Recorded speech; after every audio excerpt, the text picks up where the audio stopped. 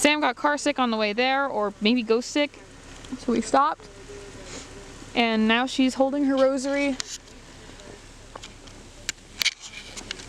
This is how movies where people get kidnapped when they're trying to do something cool starts.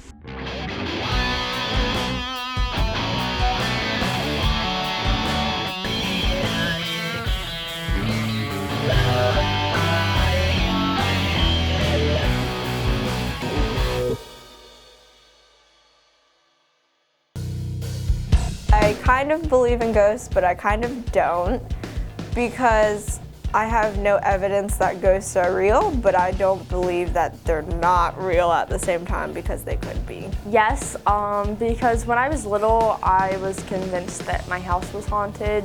I don't know if I believe in ghosts. I think a lot of things are possible, but I wouldn't discredit anything. I think ghosts can be real, but I can also see why they're not real. I'm Kylie Martin. I'm 19, and at Greenville High School, I worked as a janitor over the summer. Just weird things would happen, like they're probably easily explainable, but at the time, like you would walk under lights and they would flicker as you walked under them.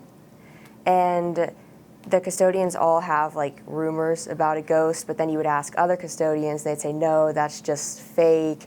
But my boss would always talk about the ghost like he had seen it, and apparently it's a young girl.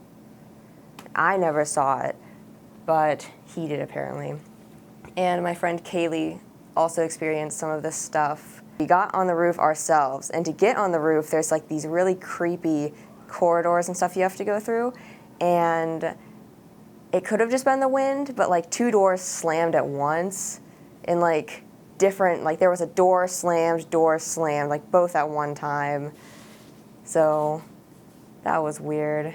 One of the janitors was working alone, and she was working in the main office, and she said she saw a little girl very clearly just standing in the middle of the office, and she talked to her and she was like, go away, like shoo, and the little girl did absolutely nothing, just stood there. And then she left because she was very freaked out. When she came back with another bucket to clean and dust and stuff, it was gone. And I know that there are not rumors, I mean there were like exaggerated tales of this, but I know for a fact that a little girl died during gym class. She just had a heart problem that nobody knew about, and died right in the hallway. So it could have been her.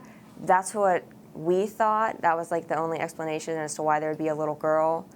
The janitor who saw her said she was very pale and blonde. We never saw her again.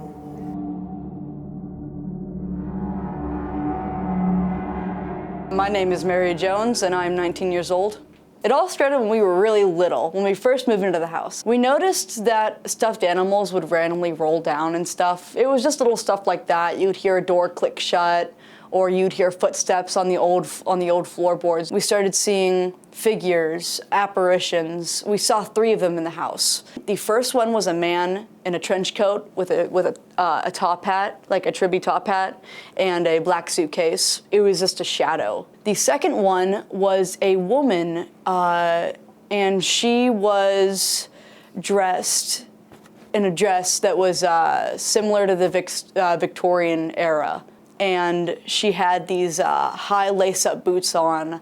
It was like a worn, faded blue. The third one was this tall man. The creepiest part about him is that he was really malnourished and very like slouched over. Instead of eyes, he just had black, hollow, like, that's it, like indent. So going back to the Victorian era chick, right? So my sister, my dad had my sister clean out the underneath the front porch, because there was a lot of stuff under. He wanted to remodel our front porch, right? So she goes under there and starts scraping stuff out, and she hits something weird. So she pulls out a boot, and it's a like a dry blue a lace-up boot that looked like it was from the Victorian era, which is the exact same boot that Victorian era lady wore, the exact same one. Eventually, she pulls out a bone. She pulls out a femur that looks like it's been sawed in half, a sloppy sawed in half. It wasn't clean. And my dad's like, all right. He's like, never mind about the front porch. He just closes it back up and we don't talk about it. Ever since she dug those bones up, it's been getting worse.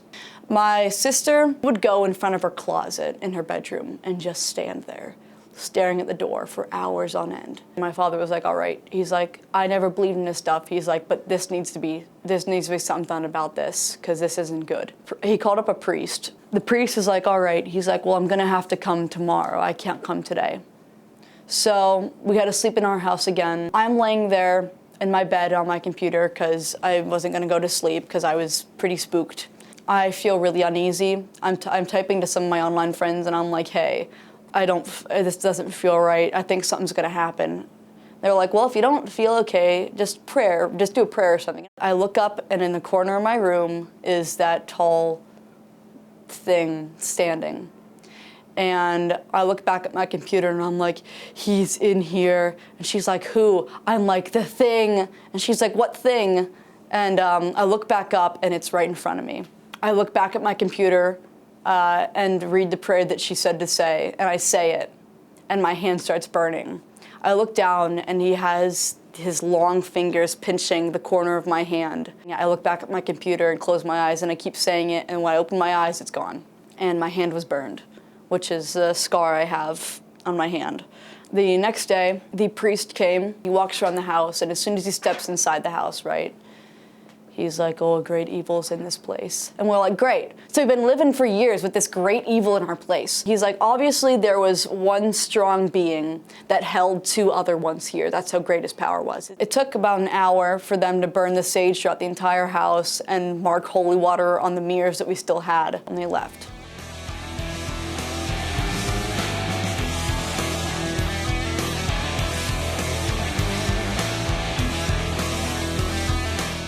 I think I know more than most people do, but I don't know everything. I actually did a research paper on how paranormal stuff can be explained by other things like sleep paralysis.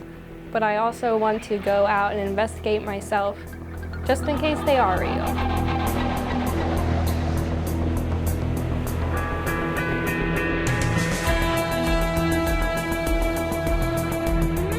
So the way a pendulum works is that you have, first of all, a pendulum, and you're in the area in which you believe the spirit is most connected with. And then you ask it a series of questions to identify what is a yes and a no answer, set your yes and no signals, and you can ask, is it cold outside, and identify what a yes signal is and what a no signal is. Really, with a pendulum, the only questions you can ask are yes or no questions, because there's not, unlike a Ouija board, there's not several letters you can use. And then at the very end of it, you want to make sure you close off all connections with the spirit.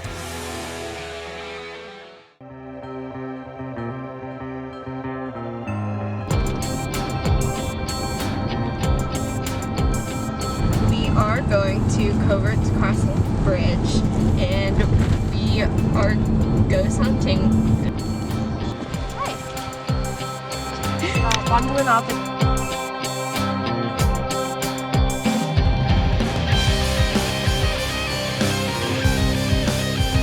We're here at Coverts Crossing Bridge in Newcastle, Pennsylvania. This bridge became open to the public in 1888, and arguably the first ghost story of this bridge is when a young girl in 1940 accidentally drove off of it during a violent storm. Another ghost story centered around the Coverts Crossing Bridge is that of a newlywed couple who were struck by a car in a carriage ride on their wedding day, and the bride was decapitated. And the man and the carriage both fell into the river and they were never found. So some say that at midnight you can see the two holding hands walking along the bridge.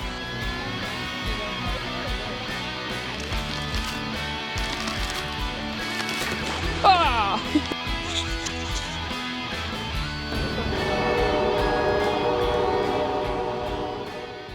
Hello spirits, if there are any there. We would just like to speak with you. We don't mean any harm or disrespect. Are you the husband of the married couple? Yes. Is your wife here too? No. Would you like us to leave? It just goes down. Oh, we have another camera failure. Okay. It just closed. Tell them we're gonna go Are bye-bye. Are you the one who messed with the phone cameras? Oh.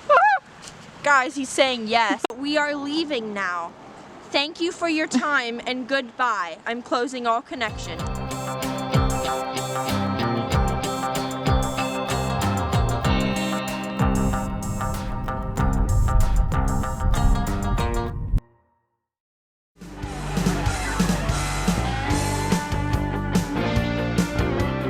We are at Zombieland.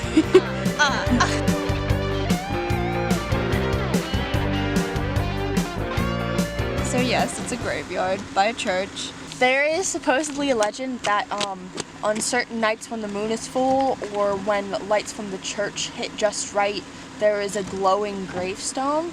Now, this isn't a full moon day, so we probably won't get to see the glowing gravestone. There was no random glowing gravestones. There is also the statue was supposed to have arms open if we were allowed to go in, or arms crossed if we were not. We didn't see any of that. And to be honest, Zombieland was not as scary or had much paranormal activity as we thought there was going to be. And so we went on to our next location.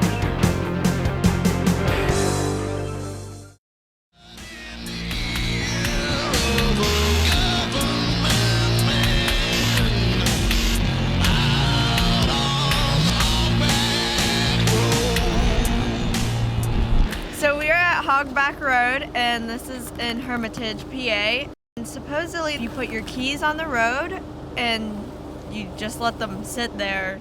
Your car won't start when you get back into the car. And also, if your windows are foggy, you could also get handprints or like scrape marks on your window. And if your car is unlocked, then sometimes car doors will randomly open. You can hear chanting or singing around here, so it's supposed to be a very haunted road. Are you recording? Yeah. We have a fully charged battery and it's dying as soon as I pull out the pendulum that we're about to use, so that's fantastic. So we're gonna see if anyone's gonna talk to us here. Are there others with you? Has it been a long time since you were killed? Are you the one messing with the camera that's making the batteries die? Oh man. Earlier there was a little banging in the background when our camera turned off. Did you cause another bang? Yes or no? And then the camera died.